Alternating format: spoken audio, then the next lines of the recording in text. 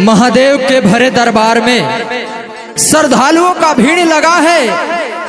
उसी समय एक भक्त अपने भोले बाबा से आराधना करता है और बोलता है,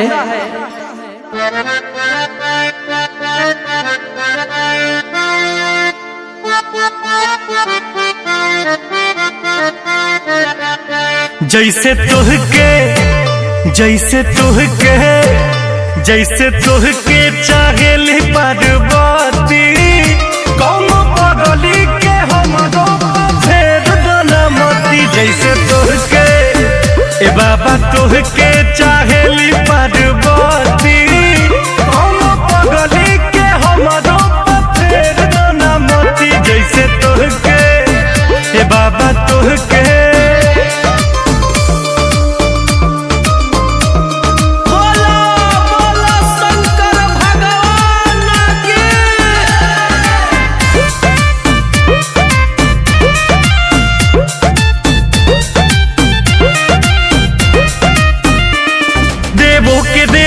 देव देव महादेव देव जी भजन करी, फिर दीन जार हमरो ऊपर बड़ी देर से सुमिरन करी।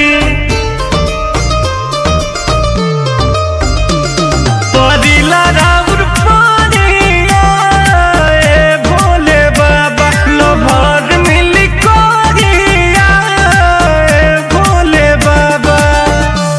पूजा करी कि पूजा करी दिखाई अगरबत्ती, दोनों हाथ उठेगा और बोला है, कौनो पगली के हमारो फेर दलमती। जैसे तुहके ए बाबा तुहके चाहेली पार्वती, कौनो पगली के हमारो फेर दलमती। जैसे तुहके ए बाबा तुहके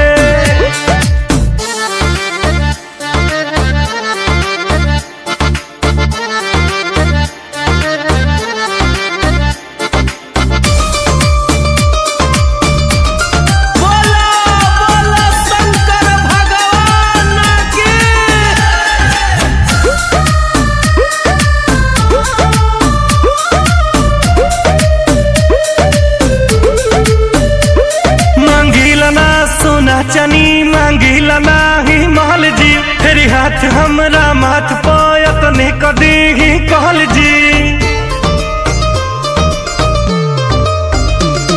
की ताना सभे मारे ना रगीला कलेस में, कमी कौन बाटे जी सूरज रितेश में।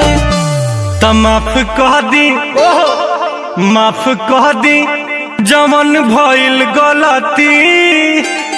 बाबा जागा हो, कौनो पगली के हमरो फेर दलमती। जैसे तुहके ए बाबा तुहके चाहेली पार्वती, कौनो पगली के हमरो फेर दलमती। जैसे तुहके भोला जी तुहके जैसे तुहके चाहेली पार्वती, कौनो पगली के हमरो